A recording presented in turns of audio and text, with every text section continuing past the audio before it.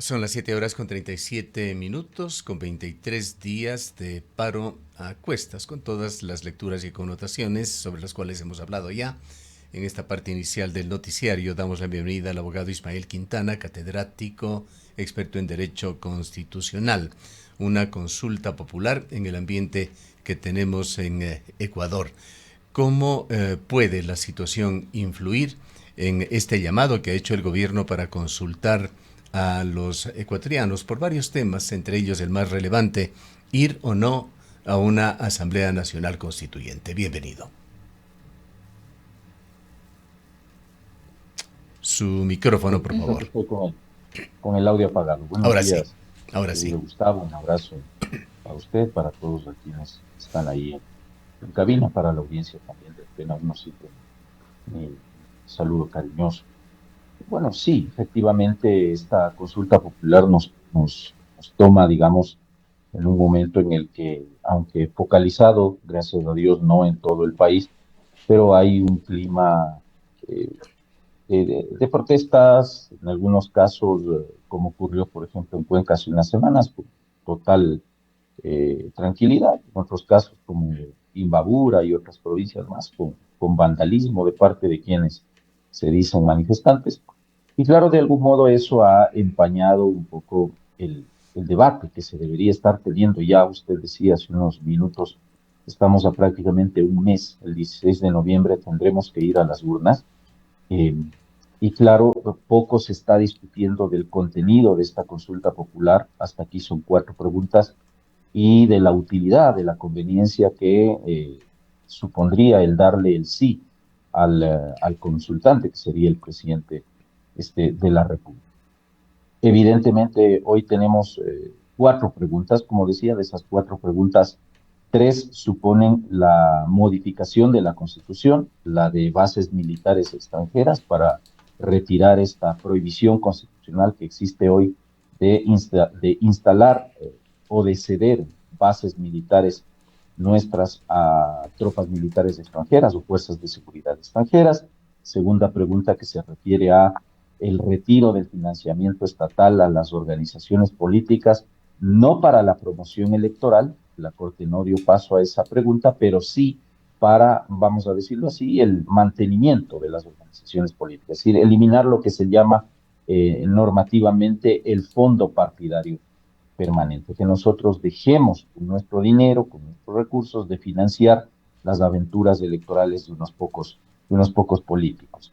La tercera pregunta que ingresa hace apenas unos días, que es la relativa a la reducción del número de integrantes de la Asamblea Nacional, de 151 a 73 asambleístas, y me parece la pregunta corazón, vamos a decirlo así, de esta consulta, que es la que tiene que ver con la posible, eventual instalación de una asamblea constituyente. Evidentemente, si esta pregunta recibe el voto mayoritario, nos encontramos ya abocados a concurrir a las urnas en al menos dos ocasiones más.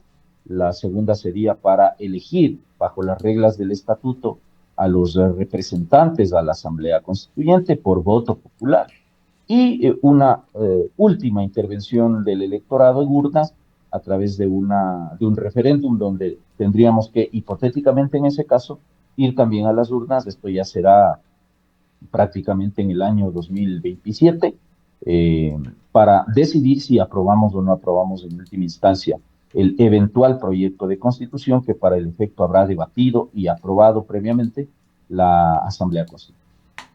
¿Cómo el desarrollo y sobre todo el eventual desenlace del paro nacional podría influir en la consulta popular? Bueno, eso lo veremos este domingo 16 de noviembre. Eh, Afortunadamente, la escalada de vandalismo, de destrucción, que muchas veces es aquí mal entendida como protesta social, yo por eso hacía, digamos, esta separación de lo que ocurrió hace unas semanas en Cuenca mismo, donde la gente salió sin necesidad de destruir la ciudad, sin necesidad de paralizar servicios públicos, a manifestar desde su punto de vista un descontento con una decisión que se había tomado en su momento por parte del gobierno. Pasó algo en Cuenca, hubo detenidos, hubo muertos, Es más, la protesta de algún modo consiguió su objetivo. Podemos estar de acuerdo o no con las razones de esa protesta, pero finalmente consigue un objetivo sin necesidad de acudir a la violencia. Acá, lamentablemente, en la provincia de Imbabura, algunos puntos de la provincia de Pichincha, algunos casos en provincias del sur, el centro sur del país, Tungurahua, Cotopaxi de algún modo, y algunas orientales, la cosa va por otro lado. Entonces, eh, gracias a Dios, insisto, es mi opinión, esto no tiene la misma magnitud o no ha tenido el mismo alcance que lo ocurrido en 2019 y en 2022, donde francamente la cosa ya en algún punto se volvió insostenible, más allá de que este, entre comillas, paro, ha durado en cuestión de días o semanas mucho más que los de 2019 o 2022, pero la magnitud a mí me parece que no tiene gran alcance. Creo que la CONAIE en estos últimos tiempos ha perdido la capacidad de convocatoria y me parece a mí, es mi percepción, por supuesto, puedo estar equivocado, que esto no va a influir mayoritariamente en la decisión que el ciudadano va a tomar en las urnas. Pienso que el presidente tiene opciones todavía de ganar la consulta popular, fundamentalmente la pregunta de la constituyente, eh, y bueno, luego ya estará, si es que esto pasa finalmente, porque a la larga el presidente puede recibir un no en las tres primeras preguntas, pero a mi juicio será una victoria si el jefe del Estado gana la pregunta fundamental, que es la de la constituyente. Y bueno, luego vendrá la responsabilidad de las organizaciones políticas de proponernos a nosotros, los electores, buenos candidatos para que podamos tener opciones para decidir quiénes deberían integrar esa constituyente. Veamos si el tiempo me da la razón a mí o si finalmente pasa lo que también podría pasar. Es decir, en esto no hay bolas de cristal para adivinar el futuro. El presidente aquí tiene dos opciones, o gana o pierde la consulta popular y se acabó el problema. Evidentemente que este clima de descontento que hay, porque tampoco vamos a desvalorizar esa situación, pudiese llegar a influir en eso, sí, solo el tiempo lo sabrá. Ni ustedes ni yo tenemos esa capacidad de adivinar. Solamente es mi percepción que creo que no va a influir esto en la decisión. Doctor Quintana, muy buenos días. Además, la consulta popular y los resultados de la consulta popular podrían tener un impacto e incidir de manera importante en otros procesos que se están llevando adelante. Pensamos, por ejemplo, la designación de nuevo fiscal general de la Nación. Podría retrasar, podría paralizar, podría suspender. Además, va a depender mucho también de los resultados de la consulta. Como usted dice, vamos a ver primero si vamos o no a una constituyente y si en esta Asamblea Constituyente, la nueva Constitución decide, por ejemplo, eliminar el Consejo de Participación Ciudadana o, como decíamos hace un momento, los límites también de esta Asamblea Constituyente en caso de que llegue a instalarse. No han faltado las voces que han dicho por ahí que podría declararse de plenos poderes, aunque ya se ha debatido un poco estos temas, y en este caso incluso tomarse la atribución de designar, por ejemplo, en este caso, fiscal general de la Nación. ¿Cuáles son sus opiniones al respecto, doctor Quintana? No, querida Rosana, buenos días. Un abrazo también para usted. Ecuador es un país en donde, como suele decir un colega mío muy Donde todo querido, es posible. donde lo imposible es lo probable, suele decir él, Juan Carlos Benalcázar. Eh, y no se puede descartar en absoluto que estas situaciones se den. Partamos por indicar que en las cuatro preguntas no está todavía, no sé si vaya a estar, si alcancemos, porque la Corte no ha emitido todavía un pronunciamiento de fondo respecto de la pregunta del Consejo de Participación Ciudadana, que de algún modo era clave para efectos de lo que usted indica, la designación de tal vez una de las autoridades más importantes del país, que es la máxima autoridad de la Fiscalía General del Estado. Con el planteamiento inicial que hacía Novoa, los procesos, si ganaba el sí en esta pregunta, es decir, el retiro de la potestad nominadora del Consejo de Participación Ciudadana y trasladarle a la Asamblea Nacional esa facultad, se estableció un régimen en el cual transitoriamente los procesos que estaban a cargo del CPCCS quedaban en suspenso, anulados, hasta que la Asamblea Nacional normativamente desarrolle el ejercicio de estas atribuciones, es decir, hasta que se reformen todas las leyes de desarrollo constitucional en esta materia. Como le digo, esta pregunta todavía no ha sido dictaminada favorablemente por parte de la Corte. No sé por qué, si la Corte estaba yendo a buen ritmo, dando respuestas oportunamente, pero me parece a mí que a un mes de la elección ya es inoportuno un dictamen en este sentido de la Corte. Así que un tirón de orejas para los miembros de la Corte que en esto se han demorado de manera inexplicable. Ahora, ese era un escenario que por ahora está descartado. El tema CPCCS directamente no está entrando en la consulta popular. Eso nos lleva a concluir entonces que, paralelamente, es decir, si el 16 de noviembre la gente dice sí a la pregunta relacionada con la constituyente, ¿ya? Y vamos inexorablemente a elegir una asamblea constituyente, paralelamente, mientras esa constituyente funcione, cuya única finalidad y objetivo tendría que ser, al menos en la letra de la norma, la discusión, la redacción y la aprobación de un nuevo proyecto de constitución. Paralelamente, los órganos constituidos, es decir, Asamblea Nacional, CPCCS, Función Judicial, todos los órganos del poder constituido tendrían que continuar desarrollando normalmente ejerciendo sus competencias y sus atribuciones constitucionales y legales. Por lo tanto, no habría ninguna razón para que el CPCCS detenga o suspenda o paralice el concurso para la designación de la nueva autoridad de la Fiscalía General del Estado, es decir, poder constituyente y poder constituido, trabajando cada uno en sus cuestiones por separado, sin ningún problema. Ese es el deber ser. Ahora, usted planteaba una cosa que es cierta, y por eso empezaba yo este intercambio de ideas con usted, indicándole que Ecuador es el país donde lo imposible es lo probable, porque por más que la Corte Constitucional se haya, vamos a decirlo coloquialmente, matado en su jurisprudencia, diciendo hasta la saciedad que las asambleas constituyentes no ejercen plenos poderes, y por más que se diga que el poder constituyente, aunque no está sometido a reglas de derecho escrito, y que por lo tanto no se somete ni a la Constitución ni a la ley, sí se somete a unas limitaciones de orden implícito, separación de poderes, respeto a los derechos y a las libertades fundamentales, a los postulados propios del Estado de Derecho. Son límites que el poder constituyente debe observar. Ahora, ¿cuán probable es que una eventual asamblea constituyente, una vez instalada, se declare o no se declare de plenos poderes? Yo le diría que hay altas probabilidades, visto lo que ha ocurrido en la historia política y constitucional del país, de que la eventual asamblea constituyente se declare de plenos poderes. Declarada de plenos poderes se torna incontrolable, básicamente por parte de la Corte, que no tendría en ese escenario nada que hacer.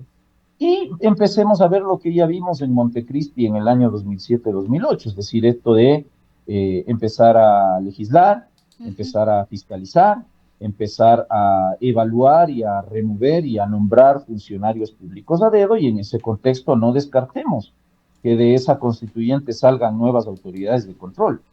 ¿Es jurídicamente eso viable? La respuesta es no, pero políticamente posible.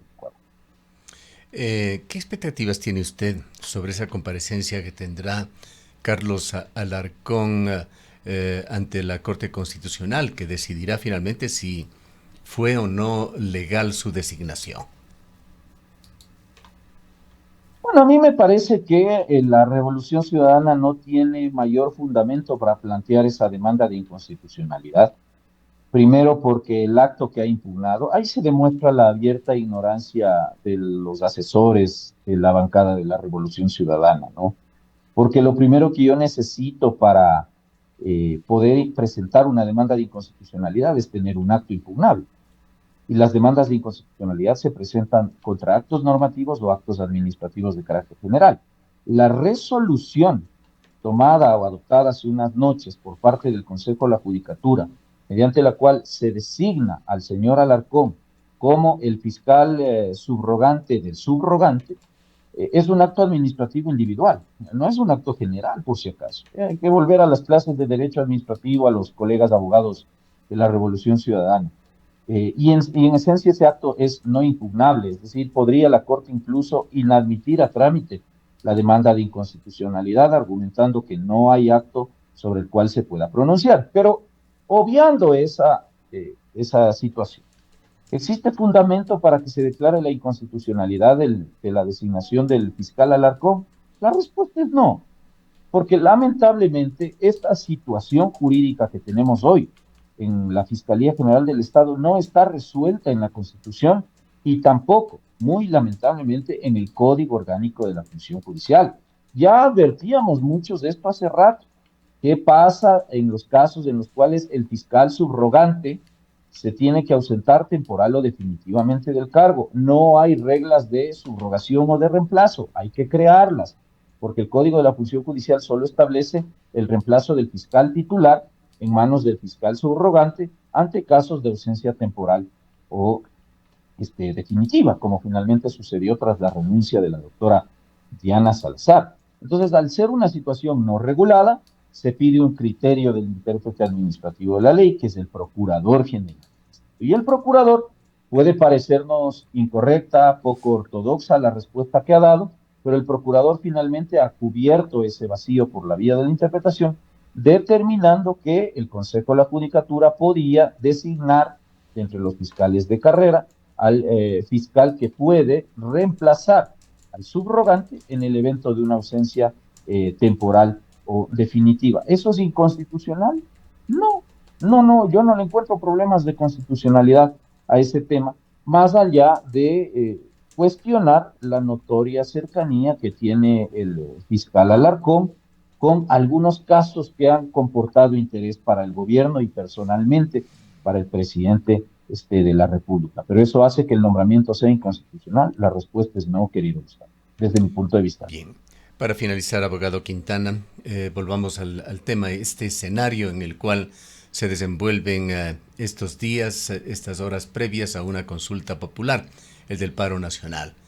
¿Considera usted que el paro, efectivamente, como aparentemente es la estrategia del gobierno, podría finalizar por desgaste, por cansancio, a través de, entre otras cosas, ignorar a la CONAIE, pero matizado esto con la fuerza que está exhibiendo el gobierno al combatir las manifestaciones, los bloqueos, ese anuncio del ministro Reinberg de abrir las vías por la fuerza?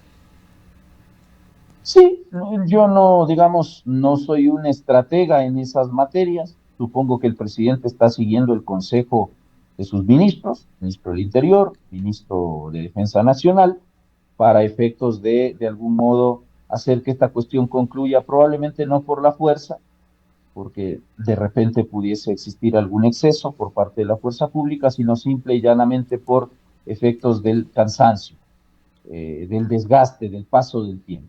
El tiempo nos dirá si esa es una buena estrategia, aunque al día de hoy la única provincia del país que está secuestrada por este grupo de vándalos, que es Imbabura, está empezando a ser de algún modo apoyada por parte de la fuerza pública. Veía yo en noticias hace un rato nada más que ya ha iniciado el trabajo el Ejército, la Policía Nacional de abrir los caminos, de abrir las vías. Me parece que es lo correcto tras más de 20 días de paralización, donde Otavalo, donde Ibarra tienen mercados, supermercados totalmente desabastecidos, los chicos encerrados en sus casas recibiendo clases virtuales, porque, lo voy a decir directamente, a cuatro señores que quieren imponernos nuevamente su voluntad, les ha dado la gana de cerrar las vías, de imponer el caos, de obligar a la gente a que cierre sus negocios si es que no sale a apoyar el paro, es decir, a matar de hambre a esa provincia. Creo que esto se tiene que acabar,